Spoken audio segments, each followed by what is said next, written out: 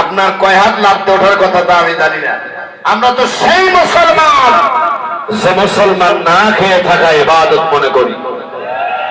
কথা বলেন না কেন? আর আমাদেরকে পেঁয়াজের গরম দেখায়, আমাদেরকে আলুর গরম দেখায়। একটু আল্লাহ রাব্বুল আলামিন নারী নেতৃত্ব থেকে যেই আমাদেরকে সরাই দিয়েছে, পেঁয়াজের দাম দম করে 30 টাকা চলে এসেছে। আল্লাহু আকবার। আলু আর পেঁয়াজ শহরে, আমাদের ঢাকা শহরে ব্যাগের উপর করে নিয়ে নিয়ে ঘুরে ঘুরে বেড়ায়। 5 কেজি 100 টাকা দিবে। আল্লাহু আকবার মুখে আসবে না মিয়া। বুবুজান থাকতে গত বছরে যে কাঁচামরিচ খেলাম 400 টাকা কেজি, সেই কাঁচামরিচ এবার বাংলায় খেলাম আমরা মাত্র 40 থেকে 50 টাকা কেজি। আল্লাহু আকবার বলে। শুভেন্দু অধিকারী বলে যে আমার দেশের যদি গার্মেন্টসের জুট বিমানে করে নিয়ে, শোনেন, বিমানে করে নিয়ে যদি বাংলাদেশের রাজধানীতে ছেড়ে দেয়, তাহলে বাংলাদেশ ঢেকে যাবে। এটাকে আমরা কোন দেশই মনে করি না। আমরা বলেছি যে জাতির স্লোগান হলো নারায়ে তাকবীর, আল্লাহু আকবার।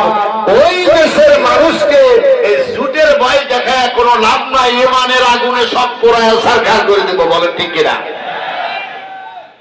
শহীদ তিতুমিরের বাঁশের কেল্লা সামনে থাকবে, অস্ত্র নাই এই ভয় দেখাও। শহীদ তিতুমিরের বাঁশের কেল্লা সামনে নিয়া আর শালকাঠের বাগানের লাঠি হাতে নিয়া সামনে এগিয়ে যাব। নারায়ে তাকবীর, আল্লাহু আকবার স্লোগান দিয়ে ভারতকে পিটায়া ঠান্ডা করতে মুসলমানদের সময় লাগবে না। ইনশাআল্লাহ বললেন না? খেলা কারে কয়? শুরু হয়েছে ভারতবর্ষে, কয়েকদিন দেরি করেন খেলে। অক্ষ বিল পাস করেছে মোদী সরকার। আপনার কাছে মুসলমানের কোন সম্মান ইজ্জত হয়তো নাই, কিন্তু আমি মুসলিম, আমার হৃদয় কাঁদে। ওদের ষড়যন্ত্র হলো ভারতবর্ষ থেকে মুসলমানদের ধর্মীয় নিশানা মুছে ফেলা।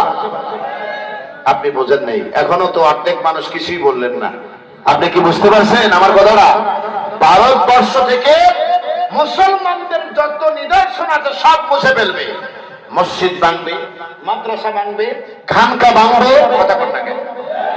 এরপরে কবরস্থান ভাঙবে, ধর্মীয় এতিমখানা উপাসনালয়, যুগে যুগে বিশ্ববরেণ্য আলেমরা ভারতবর্ষ থেকে যারা বড় বড় দ্বীনি প্রতিষ্ঠান তৈরি করেছিল, এইগুলোকে অক্ষ বিল পাস করে মুসলমানদের কাছ